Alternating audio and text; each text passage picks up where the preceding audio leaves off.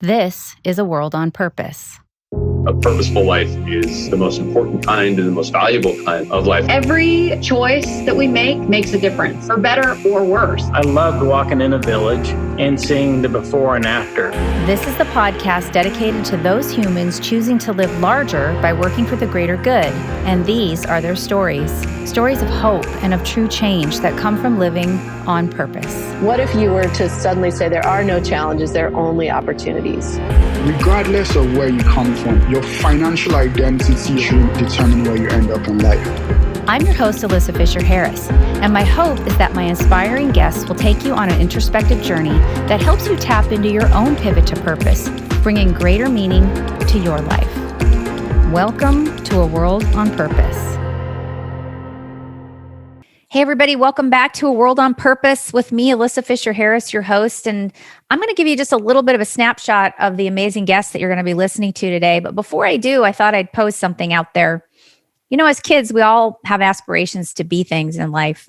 Some of us want to be a teacher or a pilot or a doctor, or some of us even want to be actually a famous musical artist. But the one thing that we all have in common is we all came from moms. And so today's episode is actually airing the day after Mother's Day. So on behalf of mothers everywhere, happy Mother's Day to all of you amazing moms around the planet. I think you're all going to be really inspired by my guest today. My guest today is Miss Maggie Baird. She is, quite honestly, right now, the coolest mom on planet Earth. And you'll understand why when you hear the interview. Not only has she kind of stepped into this new place in her life after being a full-time mom, she had her own aspirations when she was young, which she'll explain about, being an actor and an activist. But she started a nonprofit called Support+Feed in the middle of the pandemic last year, out of her desire to support plant-based restaurants and climate crisis, and has really done an extraordinary job with that. But the thing that she's also going to really touch on and talk about is that she happens to be the amazing and ever supportive mom of probably the most talented and beloved musical artist, brother and sister team right now on planet Earth too, which is Billie Eilish and Finneas. It was really an honor to be able to talk to her today around what it meant to serve not only as an activist and stepping into her purpose now in this next chapter of her life, but how all of that came around full circle from her desire to do it when she was young, having reared these incredible children that are impacting all of our lives with their beautiful, heart-touching music, and how it's translated now into this family experience of really stepping into philanthropy and getting behind something that they all believe in. So I am so honored to have had Maggie on my show. She's just a very real, down-to-earth, extraordinary woman. And she might not say so in her own words, but she really is. And so I'm just thrilled for you to get to hear the story of Maggie Baird today, the story of Support+Feed, all the insights that she had raising these incredible children, Billie and Finneas. And let's get started because I don't want to give it all away. You're going to love who she is. And at the end of it, by the way, there is a call to action. So be sure you stay tuned to the end because they are doing a really cool Support+Feed initiative the entire month of May in honor of mothers. And you will be able to democratize your own philanthropy by getting behind the family that has invested their wealth and their notoriety to do something really good for humanity. So without further ado, please join me on this episode in honor of mothers everywhere, the amazing mom of all America and probably planet Earth, Miss Maggie Baird. Hey, everybody. Good day, good evening, and good afternoon, wherever you are in the world. You know me. I'm your host, Alyssa Fisher-Harris of A World on Purpose. And my life mission, as you know, is to bring you these amazing humans that I call the purpose change-making heroes you don't know but should, doing something for the greater good. People who are really living their purpose and living in what we call a world on purpose with the intention of doing something for the greater good, which in turn does something meaningful for yourself. Today, I'm beyond jazzed for the guests that I have. First of all, you're going to be hearing this episode, which will be airing the day after Mother's Day. So for me, this is very exciting because I get to interview today the woman that we are calling the coolest mom in America right now for many reasons. One being that she's really living her purpose, even as a mom, even as somebody who's raised her children in honor of Mother's Day, and we're going to call it Mother's Month. You're going to get to hear this amazing story. My guest today is Maggie Baird, and Maggie is an incredible woman who I just am in so awe inspired by. She's an actor, an activist, a musician, a comic improviser. She's a teacher of everything under the sun. I'm going to let her tell you her story. And she also happens to be the amazing mom and supporter of one of the most talented musical artists, brother and sister team on planet Earth, Billie Eilish and Finneas. So without further ado, please welcome my guest, Miss Maggie Baird. Maggie, welcome to A World on Purpose. Thank you for being here today. Thanks for having me. It's so exciting. Yeah. Well, this is the opportunity for you to be able to really, I live, we've had several conversations, and my dream in life is to be able to shine a spotlight on people that I feel have just from this pure hearted place are living with their purpose and living on purpose. And so this is the part of the story where we get to hear in your words, your purpose origin story and your incredible background, all the amazing things that you've done and what's gotten you here today with your incredible organization called Support+Feed. And I'm going to let you talk about that in detail when we get to that section. So before we get to it, and I'm just going to say the mission of Support+Feed that you have founded last year is to positively impact climate crisis and combat food insecurity by providing plant-based meals prepared by local restaurants and education on its benefits to underserved communities.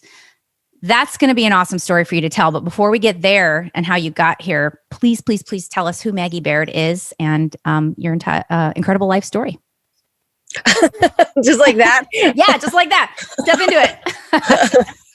Wow. I don't think I can sum who Maggie Baird is in like that. I don't think of myself as an is. I couldn't write my Wikipedia. I have a long story, and I don't time. Well, I'm a mom first, I suppose. Foremost, I think of myself as a mother. I always wanted to be a mother, and I loved being a mother. I think nourishing and nurturing is probably in my DNA, and that can come out in mothering, but that can come out in all kinds of ways. And so I think that's been a large part of who I am. And I don't know. I don't think I can talk about myself quite that bluntly.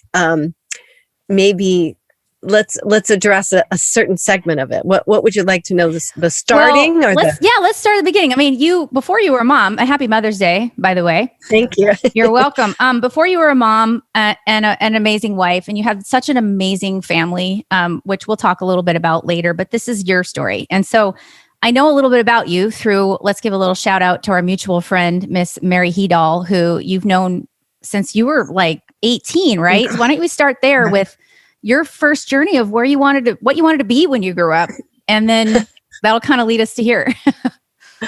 Well, I grew up in a little town in Western Colorado, and my parents were really good parents, and my father was a hunter and fisherman, and had 3 vegetarian children, instinctive vegetarian children.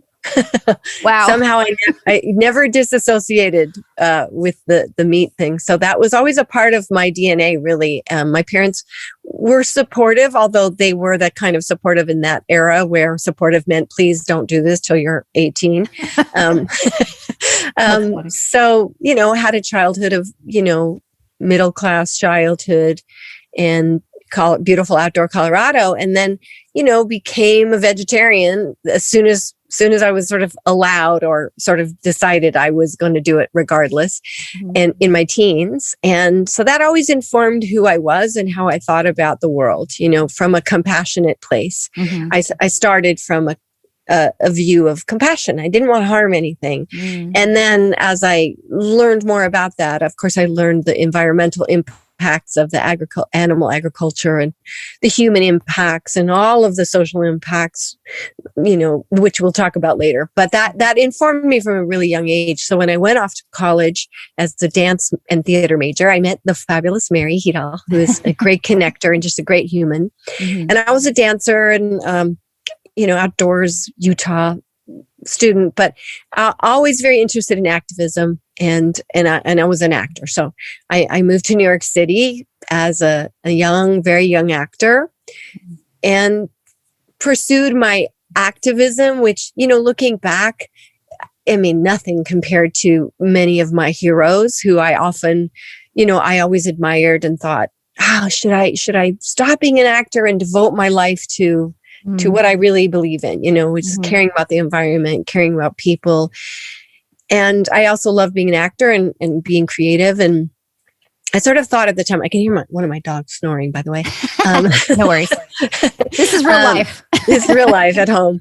But, at the time I thought, I could be an activist as much as I could, but I also maybe had more to give if I pursued what I loved and hopefully could use that toward activism, if that makes sense. Totally. If I could gain a platform, if I could earn more money, if I could do any number of things, maybe I would have more impact ultimately than sort of, just foregoing one part of my creative being for another.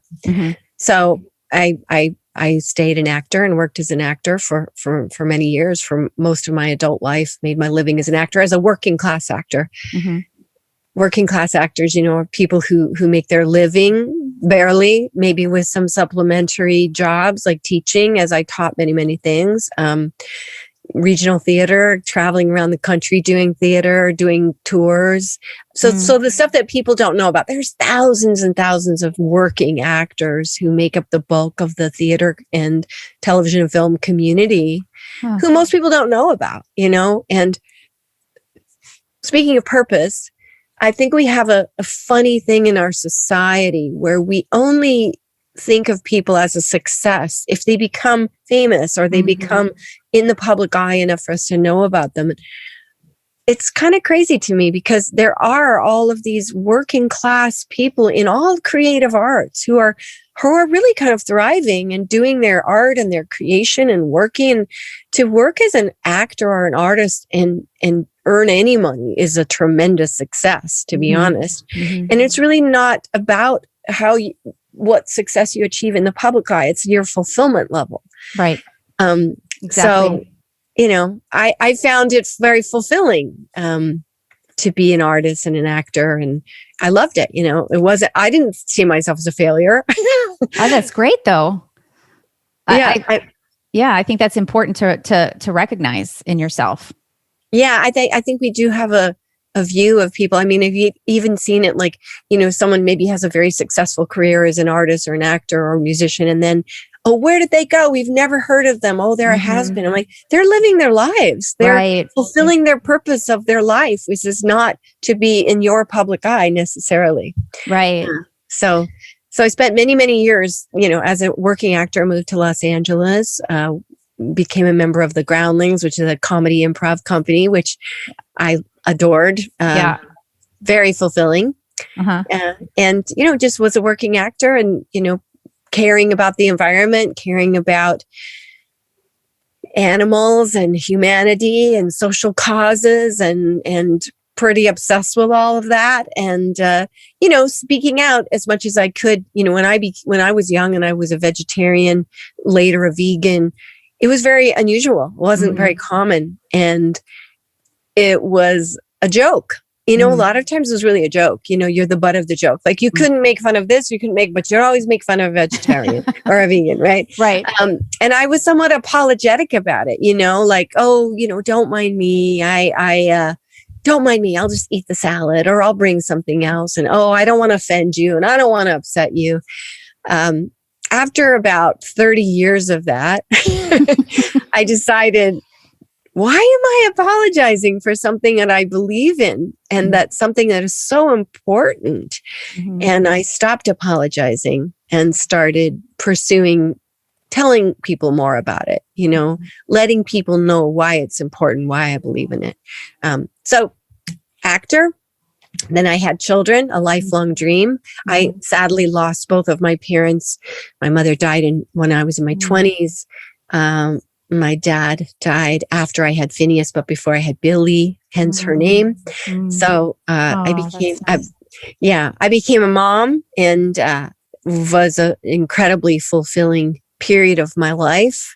I found being a mother intensely creative. It used all of my abilities, everything I had from the simplest feeding and nurturing, caring to, because we chose to unschool our children, homeschool our children, finding fun, inventive ways to teach and to be involved in community and to be helpful and to be of service. And I used everything I had in me at that point. I missed a few stages in my life there. I was a cake decorator for many years, a baker, highly serious baker. And I made thousands of wedding cakes and birthday cakes and had a lot of different interests, that came in. And as a parent, I could use all of that, everything I'd ever done, from acting and improvisation and activism and outdoor activities and environmental interests. All of that comes into play when you're a parent. You can share all that with your children, and you can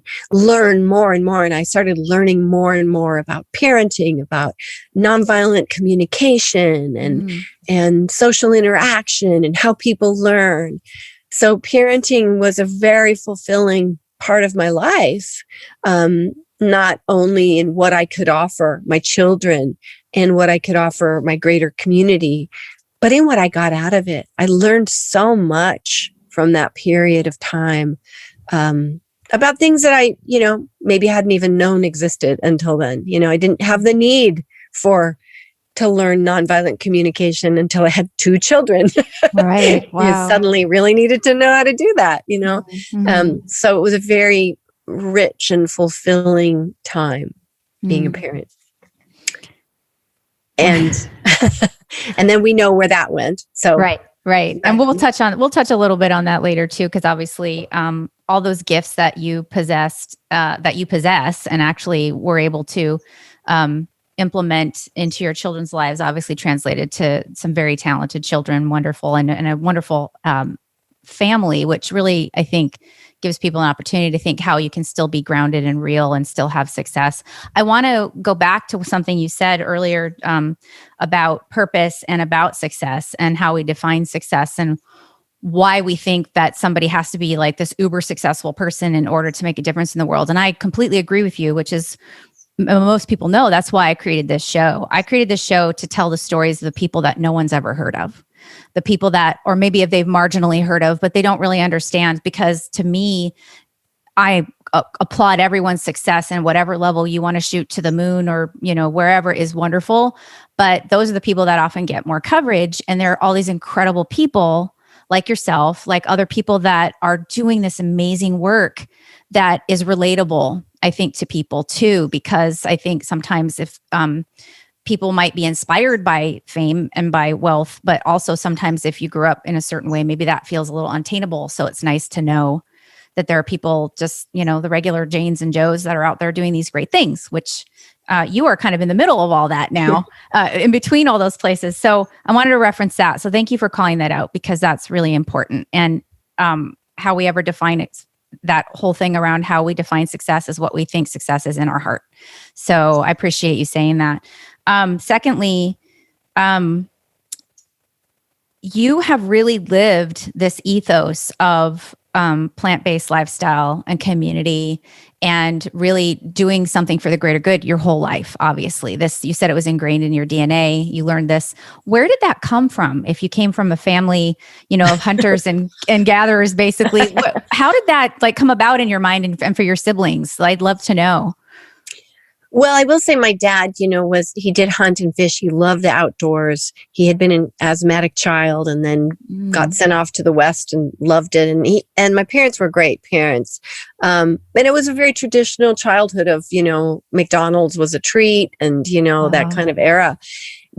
I don't know. I have met other people like me, like my brothers were vegetarians too at the time. And they still are as well. Mm-hmm. I have met other people who say that from the earliest age, they did not want to eat animals. Interesting. And it just connected I think we've come a long way in our society, unfortunately, to desensitizing people about what food is. Mm-hmm. And a lot of, I've been in the presence of friends, children who've said wait, you mean chicken is chicken? We really have we've anthropomorphized animals on television, asking you to eat them.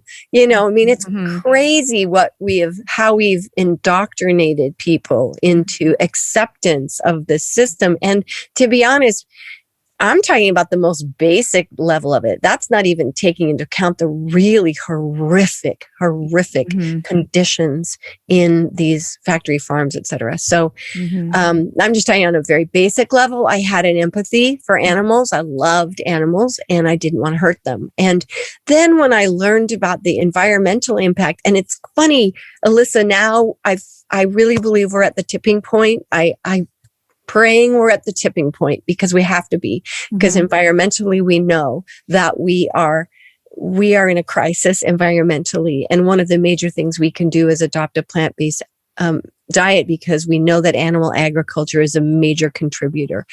But we've known a lot of this for 35, 40 years. Now, we didn't talk at the time about climate change. We just talked about the destruction of the Amazon rainforest, right?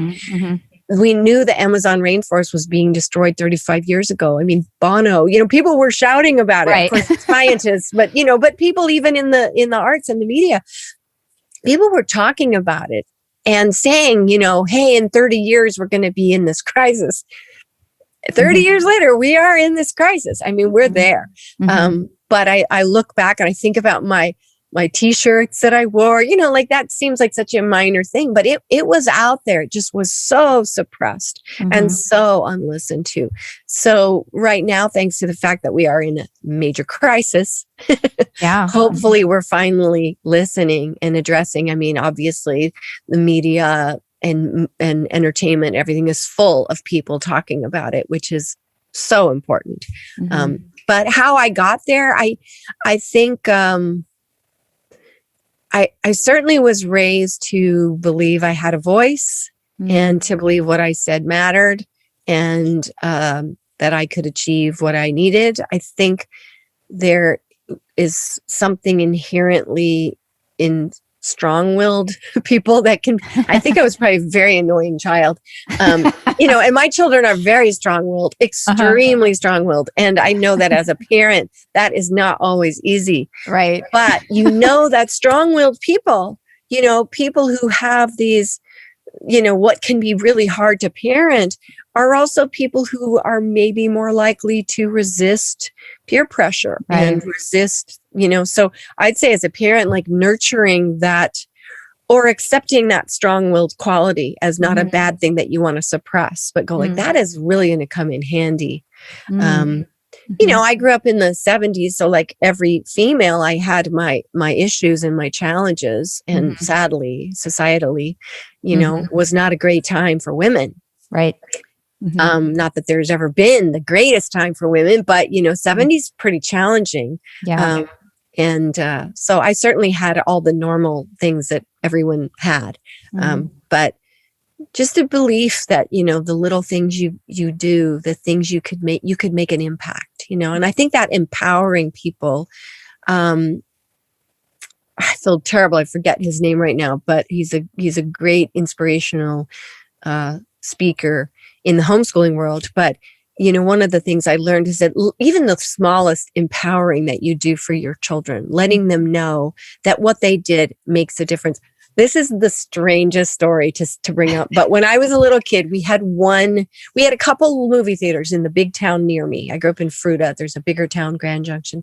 And there was a couple drive-in movie theaters. And my favorite movie was Cat Ballou with Jane Fonda. Later became one of Billie's favorite movies too. I loved Cat Ballou. Of course, you could only see it, once, and then maybe when it came to the drive-in. So it was coming to the drive-in in my hometown, or near my hometown, and we were going to be out of town on a family vacation, camping. And I was a little kid, and my parents helped me write a letter to the owner of the drive-in movie theater, asking them to keep the movie one more week so I could see Cat Ballou. That's so cool. I know. And you know what? They did it. And I know that is such a crazy story, but I don't remember everything from my childhood. And I remember that story so well because I felt very empowered, and my parents helped me do it. They sent my letter off to the to the owner, and I had success. And I think that planted a little seed in my brain, like these little tiny actions that you take, people will listen to you. So, and I think nurturing that in your children, nurturing that in each other, trying to let them feel like you have power. You can make a difference. What you say matters. Is a great gift you can give. And it's very antithetical to a lot of parenting philosophies, which are, I am the boss, you listen to me, you do what you're told, you respect your elders, right? Right. And not that you can't have respect and consideration for people, but that your voice really matters. And we're seeing it with young people now. They are, hopefully going to save our existence on this planet with their passion and their willingness to use their powers and their platforms. So. Right. Oh my God. That's a great story. And thank you for sharing it. I don't think it's a strange story at all. I think it absolutely is relevant. It popped into my mind. I kind of had forgotten about it. Oh, I love it. You need to share that story more. I think that for me, when I heard that, it was so validating because you know how I grew up. I'm fortunately, and by the way, we're both Colorado gals because I was born in Denver. I don't know if we ever discussed that. No.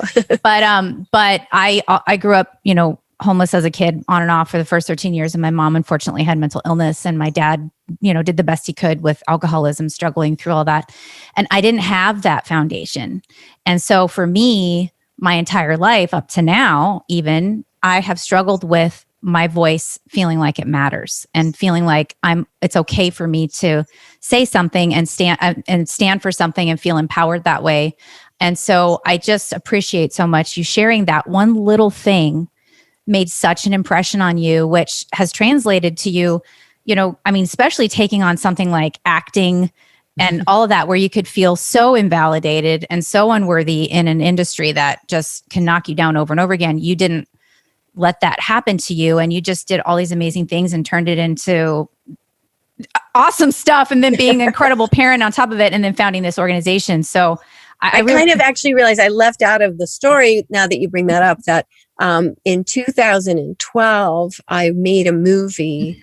I wrote a movie.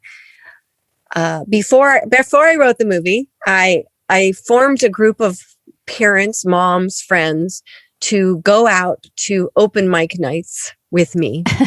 And I had written an album of songs. I was an amateur songwriter and a hobbyist. And when my father was dying, I wrote an album of songs to kind of keep him alive. I mean, he'd always wanted me to show the world my music. I was very protective of it. I recorded a bunch of songs when he was in his last 6 months. And then I did another one for fun. And I needed to go out in the world and see what that was like to perform in public, right? Because I've always been an actor, an improviser, but never as a songwriter. So I knew I would chicken out probably because I had children. I'd always say oh, I can't go tonight because Billie needs it. So I got a bunch of women together and a few men, and we would commit to an open mic slot of times, and then we would go together so that I would play guitar for someone else would sing harmony for me, etc. And then we couldn't flake because we were committed. So it was a great experience. And then that inspired a story that, combined with the fact that my son Finneas had this, Billie was very little at the time. She was 7 or 8. Finneas was 11 or 12. He was exhibiting this songwriting talent. And this inspired a story in my mind. And so I wrote a movie with my friend Lori, fully with the intention of making the movie. We never had an intention of selling a script or trying to get anyone to do it. We just were we're going to make this movie. From the word go, when we started the movie, I would say to people, I'm making a movie. And they would say, really? Oh, great. Well, the difference between saying I'm writing a script and I'm making a movie is that writing a script is people go, oh, good, you and everybody else. Right. Especially in LA. Yeah, in LA. But when you say I'm making a movie, people go, oh, is there anything for me in that movie? I can do this. I can do that. I can help you. I can support you. That's so cool. Yeah. And so we made this movie. We had an incredible cast of people. We had my friend Jill directed and edited, and my friend Tessa produced it. And it was all, and our friend Gita was a cinematographer. It was all people we knew parenting and in our community. And amazing cast of actors, did a Kickstarter, raised most of the money there, had some other small contributions, and raised the very low budget. And part of the reason I made that movie was, as an actor, you get told no a lot, as as everyone knows. And you're also your life is controlled by other people. And that is not something I did or do enjoy about being an actor. And making a movie was the opposite. It was all us, and we didn't ask for permission. We didn't wait for someone to say yes. We just made that movie. And it was one of the greatest experiences I ever had. And part of the reason I wanted to do it too when I have children was Finneas is in the movie because he was the only person I could imagine could play that role. And I really wanted my children to see that you could do that. I wanted them to not see me as, they see you as as their mom, which is wonderful. But then when you're an actor, they also see you as that person who, is subject to everyone else's control. And I wanted to model for them, like, you can just make it happen. You want something to happen, you make it happen. And it turned out to be one of the greatest, most fun things I ever did. We went to 22 film festivals, won a lot of audience favorite awards and jury prizes. And the movie's called Life Inside Out. So that was a really big part of the same picture, I think, which is the same picture which led to creating Support and Feed. If you, that same attitude, I think is important to instill in people, that, you can make it happen. You don't have to wait for permission. You don't have to wait for an invitation or someone else to validate you or say you're good enough or you can do it. You can make it happen. And especially now, look at this podcast. You can, now we have so much opportunity to create our visions and our dreams and make them reality. Right. I think thank you for sharing that. Can people find the movie anywhere? Is it available? Yeah. Life Inside Out. Yeah. It's currently on Vimeo and maybe other places soon. Okay, great. Well, we'll make sure we link that in your episode page as well, because I think it would be fun for people to see that. And that kind of segues now into what you're doing now. So what I love about this so much and what you've been sharing is you've been able to successfully integrate, being a mom with all these other wonderful endeavors that you've created, getting into now what you're doing right now, which is Support and Feed. And it's so awesome because it's kind of like, just because you're a mom doesn't mean your life ends at being a mom. There's so much you can do as a mom and still as a woman, of your own endeavors. And so now we get to talk about this awesome organization you started in the middle of the pandemic, which, was a devastating time for so many people. So let's talk about Support and Feed, because this is very exciting to me. And the fact that you've been able to have such tangible impact in such a short amount of time as well is extraordinary to me. So please tell us what Support and Feed is and how it came to your mind and what you've done with it so far. I would love to. I'm going to backtrack just a tiny bit because I think it's important to kind of know where I was coming from in the moment, which was, of course, most people know that for the last 5 years, my family's had this sort of extraordinary adventure. And my big role there was protecting and supporting my children, especially Billie, who was very young at the time. And so I sort of took all my focus and put it there. Really took everything I had in me. Also, by the way, I still had to earn my living as an actor and earn my health insurance as an actor. Because for most of those years, I was also providing health insurance for my whole family. Wow. Okay. So, because that's how it works in our union. And so I was really devoted to supporting Billie, especially, and Finneas. And in that role, I found that, of course, my big interest is the environment and climate change and supporting people and worrying about, the health of humans and the planet and animals. And so I had spent a lot of time addressing the lack of sustainability and green focus in the music industry at the time. And just being, first of all, just noticing it, was quite shocking to me to come from a tiny home that we have with solar, with, with all of our sustainable lifestyle that we have. I mean, we didn't even have a dryer for years, and we still hang most of our clothes to dry. That's kind of life we live. And then I was on tour, and there were, plastic water bottles and trash, and no thought to the environment. And a lot of that's just the brutality of the early stages of that industry. It's rough. It's challenging. Yeah. But as I learned about it and I started to speak up, I started talking to her label and her touring team and everyone involved in her booking agents and saying her merch, let's talk about sustainability. Let's talk about what is our carbon footprint? I got hooked up with a wonderful company called Reverb. They helped us green our tours, have all recycling, wonderful. So that became a big part of my focus, and I was really loving it, right? So I was on tour with Billie, supporting Billie. I was also doing Instagram stories about the sustainability and what were we doing on tour and how could people do it at home, and trying not only to show Billie's fans and Billie's young people that are supporters, but to have the industry and listen, I didn't invent this. There are wonderful groups like Dave Matthews Band, Coldplay. They were doing this as before and as well. And they were the guidance that I got. Sure.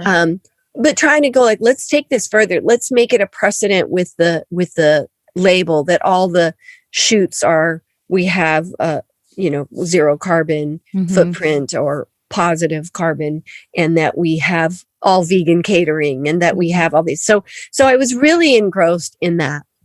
And that was fulfilling to see that we were, we were on the middle of this tour with, by the way, the most amazing catering we'd ever had, all vegan. Wow.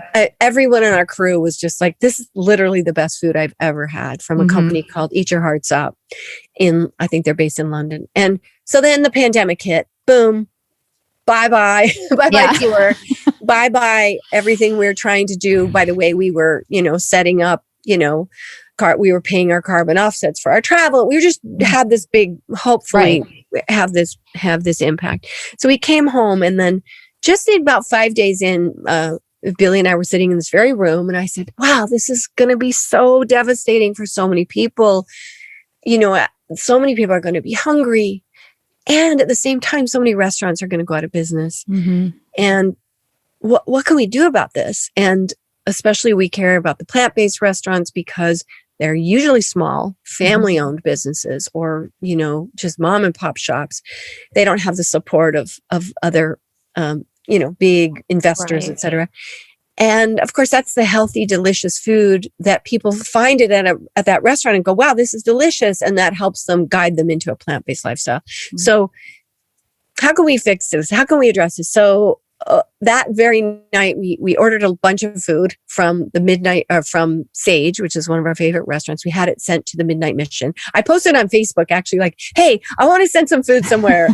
Any ideas? And someone was like, everyone got on it. It was so great. People were like, what about this org? And then somebody said, I called the Midnight Mission. They're open. You can send it there. Wow. So that was the first night. And then overnight I thought, oh, this is a good idea, but it's much bigger than this. And it's not this simple. And so I made a couple calls the next day. I spent the night, by the way, thinking my mind was churning about all the things that could happen. But I also had a keen awareness that, did I want to do this? Right. I mean, once you start, you really can't go back. I mean, you can't go back. And sometimes you're in those places. And it was sort of the same with the movie. Once you've got all those people involved, once you've said to a bunch of people, I'm making a movie, and they've said, let me help you. Wow, you're in. You cannot back down, right? Right. You now owe it to them. Right. And so I did spend my night sort of dark night of the soul. Like, should I do this? And like, okay, we're going to do it, And to be honest, I thought it was going to be a few months, And I called a few really great connector people, friends of mine, Marys of the world. And and they were just like, I'm going to help you. I can help you. I'm going to do this. Rose was like, I can do this. And, people were just hooking us up right and left. Oh, one restaurant said, oh, I'll connect you with my social media person, Jeanette. And then within 5 days, we launched our website. Within 7 days, we were delivering meals. We set up a platform where people could make a donation to the restaurant, and then we would organize the food, find the organ need, and take it there. In the beginning, it included frontline workers as well. So within 7 days, we were out, delivering food. Within 2 weeks, we were in New York City because friends of mine were writing, hey, we need this in New York. I'll help you. Within a couple months, we were also in Philly. Eventually, we were in Washington, D.C. Wow. So the transition of that became, we realized, first of all, that we would need to take donations ourselves to really help because the need for food was tremendous. And the restaurants were near closing. Many of them were about to close their doors. And all these people needed food because as the pandemic went on, every organization, no matter what they had done, switched to trying to find food for people. Right. So we knew that every meal we gave that was a plant-based meal, replacing a non-plant-based meal or an omni meal, would be a massive savings to the climate of water, carbon, etc. So we knew that we could make this impact just by getting these meals, and we could feed people this nourishing food. And then we realized, wow, there's so much need for food, but where the greatest need is in many ways is for communities communities in food apartheids that have nutrition deserts, have lack of access to healthy, nutritious food. So if we could get our healthy, nutritious food to them, not only would that be one more meal and one more boost to the climate crisis, but wow, we now gave a meal to someone who may not be able to get that kind of healthy food on a regular basis. Then can we take it a step further? Can we learn from people about what they're wanting in their community and how orgs are working within communities, and learn how we could serve them even better? What could we provide them that would help them? And that included, in some cases, giving them some educational materials or having a physician come down and talk to them, answer questions about health. It included, providing big, giant family take-home holiday meals, that could feed the whole family for a week, and they could be together and have community. It included many, many things that we learned from the experience, but it helped us define our mission to addressing those in the greatest need. And we say we address the climate crisis one meal at a time. And of course, that's true for food insecurity and health and et cetera, et cetera. We're not just nourishing a body, we're nourishing a soul. Right. Absolutely. And you've had some serious success with it in such a short amount of time. I mean, you started it, I believe it was Earth Day last year, right? And you just celebrated. Yeah, about March. We started like March 22nd last year. We launched. And in the first year alone, we fed not even the first year, in the 2020, we did 60,000 meals plus another couple $100,000 worth of product donations that we were able to get. So we were able to, people donated tons of almonds or Follow Your Heart cheese or Kite Hill, Kate Farms. Yeah, these products donated to us to give to the families that we were serving, the orgs that we were serving, or sometimes to the restaurants so that they could make more food, so that we could get product donations for the restaurants so they could make even more food to give the families at holidays. So, it was a big, successful, and by the way, I didn't say this, but it was 100% volunteers. I was just going to say, that's a really important thing to mention, because you gave also people a vehicle to feel like that their action mattered besides just their dollars, right? Yes. I mean, we honestly, many of us were working the equivalent of a full-time job and then some all year. And one of the things that blows my mind is that from our core group of volunteers, which are the people who do the day-to-day running of the org, to our volunteers who drive the meals and help us in those outreach ways, so many of our team was experiencing real personal hardship. Many deaths. People lost their husbands, a couple people to different things, from brain tumors to terminal illness, to someone lost relatives to COVID. One of our team adopted a baby. One of our team has cancer. It's just unreal the kind of experiences our team had this year. And yet what kept a lot of people going was this giving, this mission of knowing the impact we were making to the people receiving the meals. And then the ultimate impact, because we know the clock is ticking on the climate crisis, but that kept people going. So, volunteerism really is, I'm not making this up. Science has told us all. Exactly. That is the key to survival, really, keeps you going, keeps you feeling good about life. Yeah. And that's what we talk about here a lot on the show, is that being able to feel like you're doing something larger than yourself for the greater good really does have physical and emotional impact on your life. To your point, science is always showing that we are happier, we're healthier, our relationships are better when we're stepping outside of ourselves and realizing that we can be of service. And that's what you've created with this. And, it's not easy to start a nonprofit in any sense of the word, let alone in the middle of a pandemic. It's not easy. And I'm going to give all the credit there to my team around me who have far more skills and smarts than I do in lots of different ways. And that's what's been amazing. The people on our team, largely women, quite a few more women than men, but every one of them just amazing and dedicated. And it is incredibly hard to make a nonprofit at all. It's very, very difficult. It sounds like an easy thing, but the levels that you have to go to make it happen are so complex. And I give all the credit to the team around me who has done the hardest part of that job. Yeah. And I think it's important too, in your case, because, and we're going to talk a little bit about this in a few minutes, leveraging your family legacy for good also, right? And you you said you struggled earlier on with, should I be an actor and activist at this quote successful level, or should I be an activist? Well, now you're in that position, luckily, with how successful your children have become. And so let's make it really clear, your children have stepped up to support this organization too. It's not just reaching out and asking for help. They've gotten behind you, which I think is a wonderful legacy. Like, this is our mom. She's doing this amazing thing, and we're going to leverage from a philanthropic standpoint. Could you talk a little bit about that, about the legacy you'd like your children to leave now, and not just supporting you, but other things in the world that are meaningful? Absolutely. I think, first of all, I should say that one of the other big things we did this year with Support and Feed is we started a very active social media outreach. So we have an Instagram, my personal Instagram, and our Support and Feed Instagram, very, very active, because there is such a large community of people out there hungry to learn and hungry to help.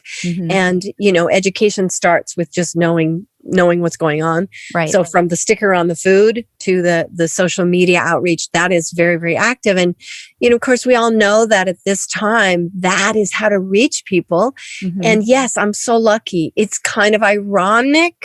Is that the right use of the word, that this is how I got to, after my worries as a young person, because I did not achieve as an actor a platform, right? I didn't achieve that. I managed to do my contribution to the world in different ways. And I think that was fine. I think I managed to contribute to my community and my children and in other important ways. But I did not achieve a platform for doing good that could influence people just from that until through my children, obviously. Right. And it's remarkable to me that it came about this way, and that they have been so supportive of Support and Feed, but of so many things. And looking back at your question earlier about, how did you get that, the willingness to do it? I think especially in the entertainment industry, and especially in music, many people have been sort of persecuted for speaking out socially, politically, and been told, like, just make music, just act, just dribble, right? The famous. And to me so degrading to treat people like that. To in fact, why would you want that? Why would you not want someone with a platform to be using it to make life better for the world? Yeah. That's your superpower. As one of my brothers always says, like, your kids have a superpower, right? And you have a superpower, which is you can choose how to use it. And the way you use your superpower, hopefully, the superpower being that you have all this attention shined on you. And how do you take that attention shined on you and make a difference in the world, right? And it's an obligation, I think, once you have that attention on you. And I'm not saying that's always easy. Sometimes that's quite hard, and you'd like to thrust that off, and not have that responsibility. But with the good comes the responsibility. Of course, that's a famous saying, much more prosaic than I just said it. It's beautiful. You said it beautifully. Don't worry. But,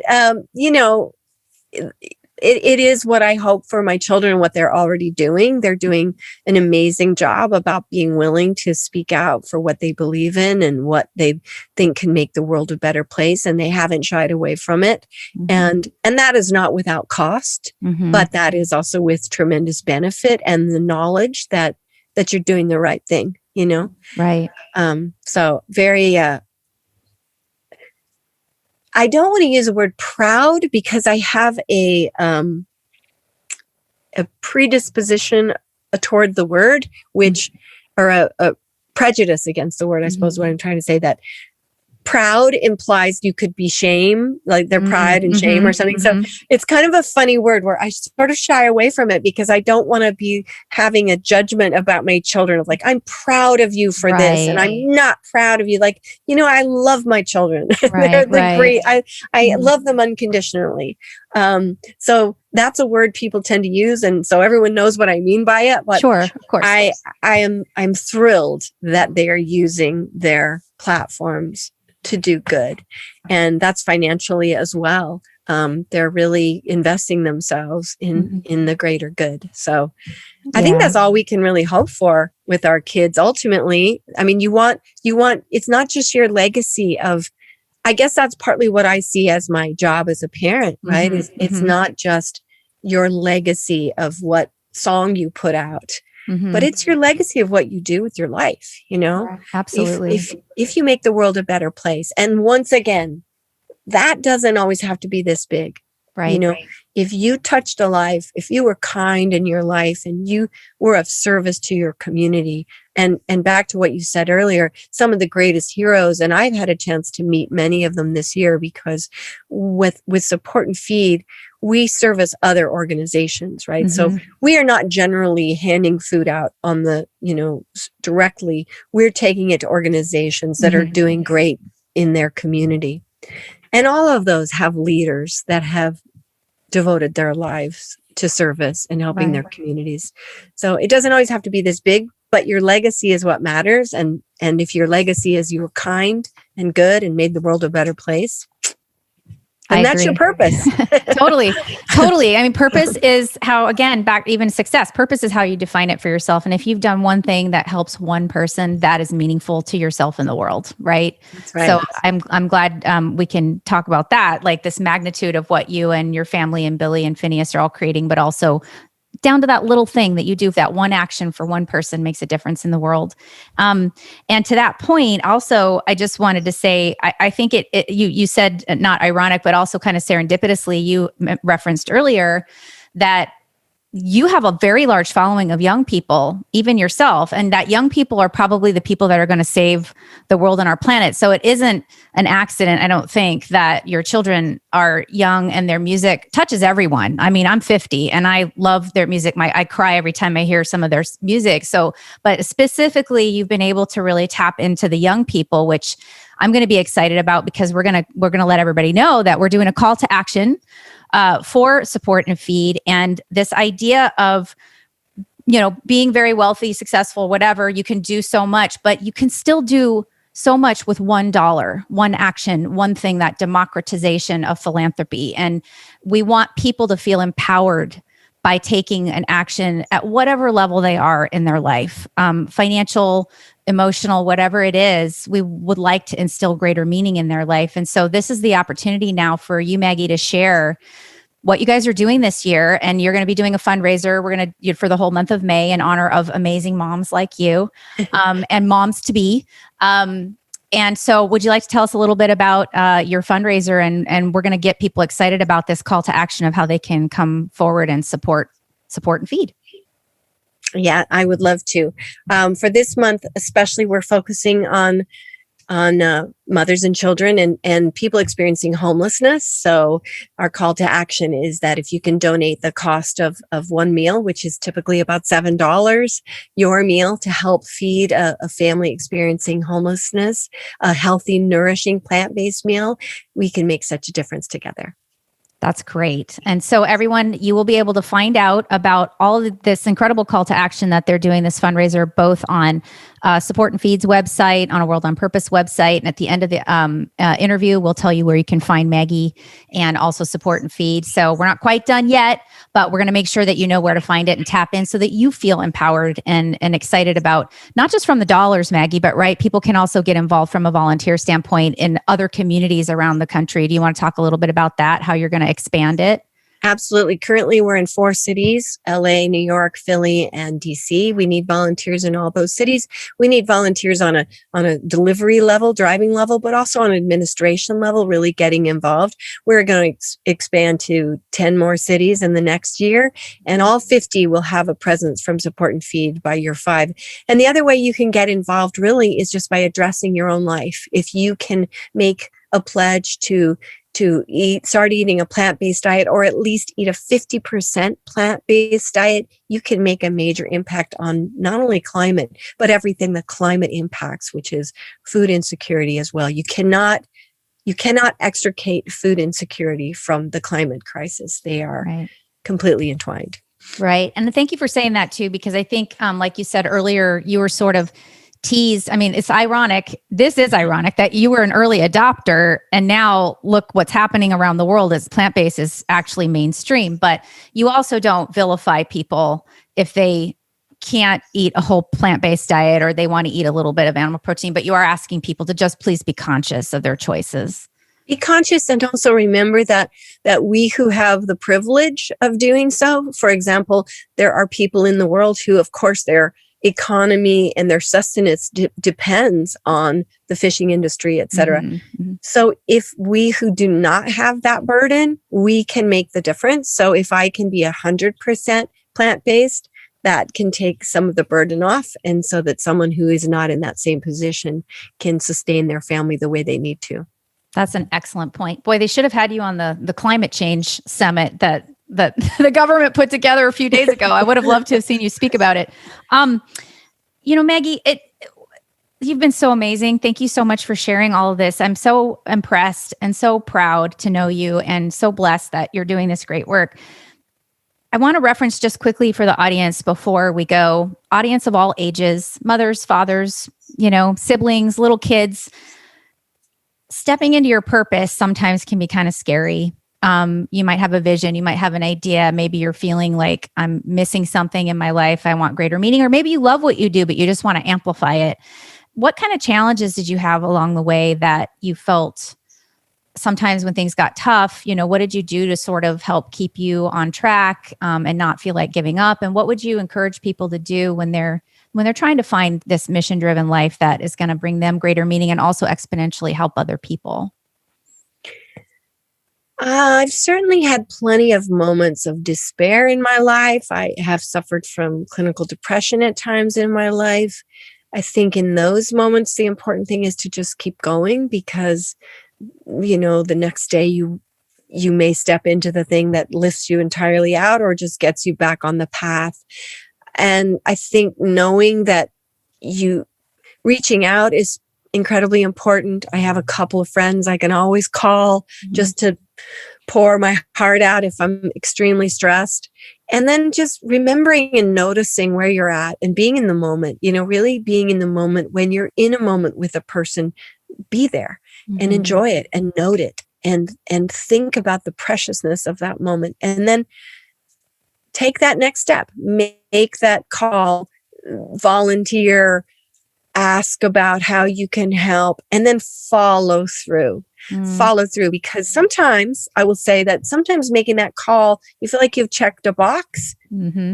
Maybe actually fill in the box and, go all the way, because not only is that, of course, going to help with what you're trying to help with, that's where you're going to find your purpose. Go ahead and take that step in and just try it. And then notice in the moment how you're doing.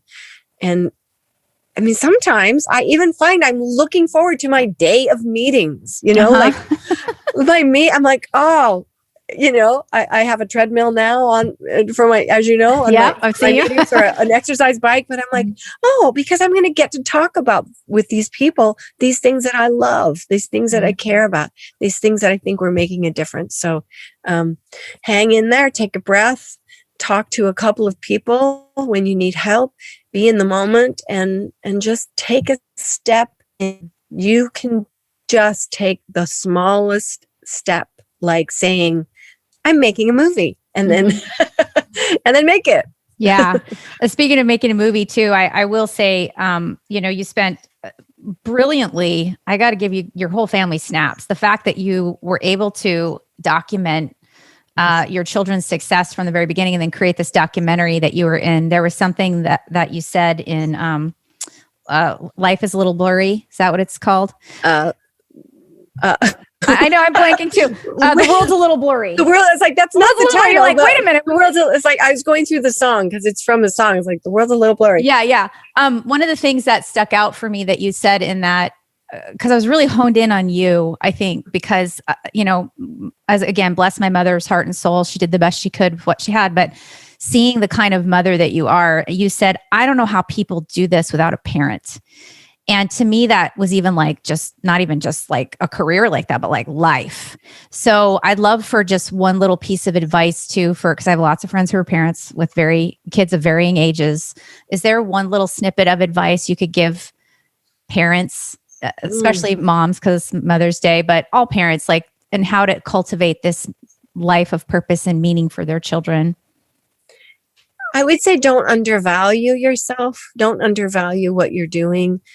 You're probably not, when your children are little, they give you lots of hugs and kisses and look in your face and tell you they love you. As they get older and they become teenagers, the obvious gratitude, or whatever you want to call it, is lessened, right? And it's harder and harder to feel like, why am I doing what I'm doing? But don't undervalue yourself, and don't undervalue what you're giving your children, because as you say, you lost out on a lot of that, and you feel it tremendously. And if we can help our children, listen, the most highly evolved, well cared for child in the world is still going to have issues. They're still going to feel depression and social pressures. So the best we can do is not be a source of that for them, right? Right. If we can ease their path, if we can love them and give them experiences of joy, and teach them about emotional intelligence, teach them to have emotional intelligence and communicate, and that is a gift that they will have all their lives. So that when all these other things come at them, all these things that we cannot stop, even though we desperately wish we could, at least we will have given them that. And that is the greatest gift you can give a person. It's the greatest gift that is in your power to give. I agree. Thank you so much for that. Last thing is, we're going to let people know, be sure. You guys are all going to go. We're going to give you information on where to find Maggie Baird in this call to action. But before we go, Maggie, tell people where they can find you, and also about your Instagram Live, because you've got your own thing going on, which is super cool.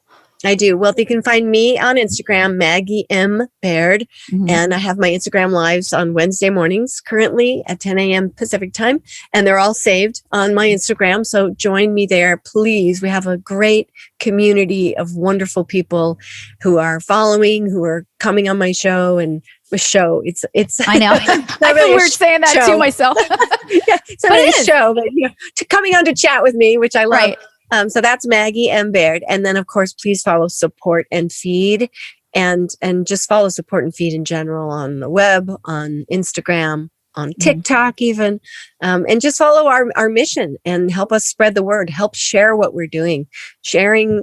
I'm not down on slacktivism. I like, just share it, get the name out there. Help us. I agree. That's what we're put on this planet to help each other, quite frankly. Well, Maggie, you've been amazing. I thank you so much for your time. I know how busy you are with your life and everything you're doing. Thanks for having me. And thanks for what you're doing. I can think of a 1,000 people off the top of my head who have more to say here about purpose than I do. So thank you for shining a light on everyone. Oh, thank you. You're welcome. And I don't agree. I think you have plenty to say about purpose. I don't think an hour is enough, actually. But everyone, thank you so much for tuning into A World on Purpose with me and Maggie Baird. As we said, there is a call to action, a fundraising opportunity to participate in Support and Feed. It will be on the Support and Feed social media channels. It will be on A World on Purpose social media channels. It'll be, Maggie will talk about it on Instagram Live. And also we're partnering with an amazing friend of mine. You've seen his interview, Bart Myers and causes.com. He will also be pushing it out on his network to 190 million users. So we're super excited about that. So be sure to follow it there and get involved. Step up, take a stand, whether you're a child, a teenager, an adult, or an amazing mom like you, Miss Maggie Baird. Thank you so much for tuning in to A World on Purpose. Maggie, thank you for coming again today. Thank you so much. And I'm your host, Alyssa Fisher Harris, and we will see you soon. Have a great day, great evening, and good afternoon. Thank you for taking this journey into A World on Purpose with our incredible guests. To learn more about our amazing guests and their inspiring purpose-driven work, please go to aworldonpurpose.com. Don't forget to look at our call to action of the week to mobilize your desire for purpose into action. A World on Purpose can be found on Apple Podcasts and all the major podcast platforms, and the video version can be found on YouTube. If what you heard today inspires you, please write a review and like and share on the platform of your choice. We'd love to also hear from you and learn your pivot to purpose and the meaningful work that you do that lifts humanity. Send your stories to info@aworldonpurpose.com. I'd like to thank our World on Purpose team for making this show a reality. Once again, I'm your host, Alyssa Fisher Harris. Thank you for tuning in to A World on Purpose. I look forward to seeing you soon.